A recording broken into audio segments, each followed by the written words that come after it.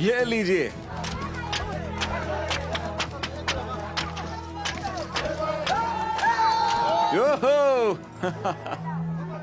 देखकर अच्छा लगता है कि ऐसी जनजातियां जंगली जानवरों के बिना भी अपने रीति रिवाजों को जिंदा रख पा रही हैं।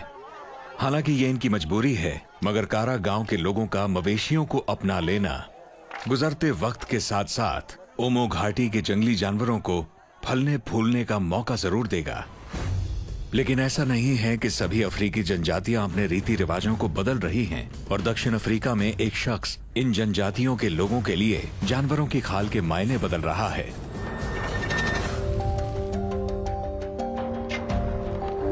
ट्रिस्टन। आइवन, कैसे हो दोस्त? मुझे वक्त देने और मिलने के लिए बहुत बहुत शुक्रिया। कोई बात नहीं। ट्रिस्टन डिकरसन एक साउथ अफ्रीकन बायोलॉजिस्ट हैं और पैंथेरास फर्स फॉर लाइफ के इंचार्ज हैं, जो दुनिया का सबसे बड़ा लेपर्ड कंजर्वेशन प्रोग्राम है। लेपर्ड्स उन 5 बड़ी बिल्लियों में से हैं जो अफ्रीका में पाई जाती हैं। ये कुशल शिकारी 48 किलोमीटर प्रति घंटे की रफ्तार पकड़ सकता है और ये अपने ताकतवर जबड़ों की बदौलत 90 किलो से भी ज्यादा भारी शिकार को आसानी से पेड़ के ऊपर ले जाकर आराम से खा सकते हैं।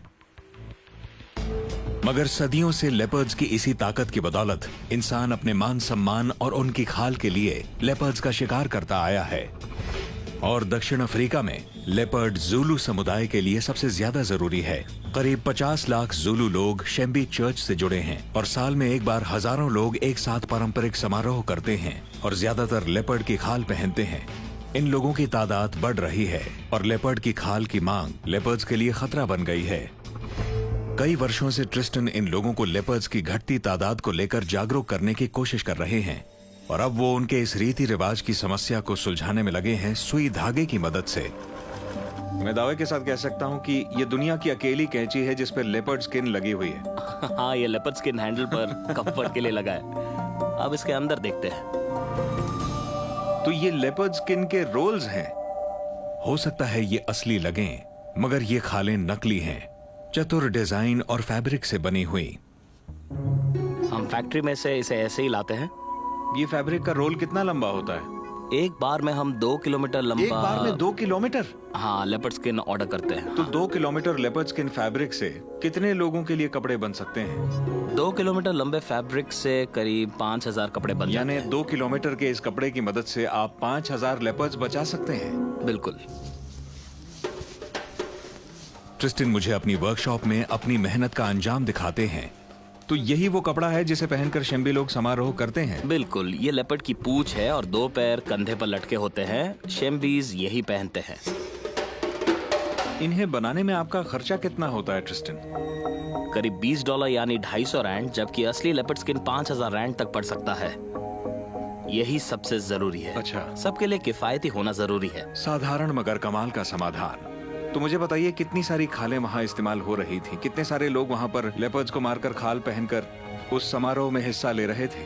मेरे ख्याल से करीब 18,000 लेपर्ड्स। 18,000 लेपर्ड्स? जी। सन 2015 के अंत तक फर्स फॉर लाइफ ने इस तरह की 10,000 पोशाकें बांटी थीं, जिससे हजारों लेपर्ड्स की जान बची और इस फैब्रिक में ज़ूलू लोगों की दिलचस्पी बढ़ी है। चर्च के बड़े बुजुर्ग अपने फॉलोअर्स के सामने इस फैब्रिक को बड़े गर्व से पहनते हैं। वाह! दरअसल हम अपने भविष्य को बचा रहे हैं। मजहब और कल्चर को बचाने के साथ साथ हम स्पीसीज को भी बचा रहे हैं। बहुत बढ़िया। आप जो कुछ भी कर रहे हैं उसके लिए शुभकामनाएं। वक्त देने का शुक्रिया। Thank you. मैं ट्रिस्टन और फर्स फॉर लाइफ प्रोजेक्ट पर काम करने वाले उनके दूसरे साथियों से बहुत प्रभावित हुआ हूँ। इनकी इस मुहिम की बदौलत आज सैकड़ों अफ्रीकी लेपर्ड्स की जान बची है। पर मेरा सफर अभी बाकी है। मैं आया हूँ जिम्बाब्वे 2 ब्लैक राइनोज से मिलने, जिनके अतीत की कहानी डरावनी है। मेरा नाम है आइवन कार्टर। अफ्रीका के कुछ अनोखे और अद्भुत संरक्षणकर्ताओं से मिलने के बाद मेरी यात्रा मुझे दोबारा जिम्बाब्वे की बूबी वैली कंजर्वेंसी ले आई है, जहां 2 नौजवान राइनोज जंगली जीवन में लौटने जा रहे हैं। कुल मिलाकर महज कुछ ही दशकों में अफ्रीका में जंगली जानवर आधे से भी ज्यादा कम हो गए हैं और राइनोज से ज्यादा फटकार किसी प्रजाति ने नहीं झेली। एशियाई काले बाजार में इनकी सींग की बड़ी मांग है, जिस वजह से इनका अंधाधुंध शिकार हुआ और 1970 से अब तक ये 90% खत्म हो चुके हैं। राइनोज को बचाने की जंग में सबसे आगे खड़े हैं Blondie Leatham. Zimbabwe Parks and Wildlife के रेंजर रह चुके ब्लॉन्डी अब बूबी वैली कंजर्वेंसी के इंचार्ज हैं। इस प्रॉपर्टी का सबसे बड़ा लक्ष्य है जंगली जानवरों का पुनर्वास करना। आज ब्लॉन्डी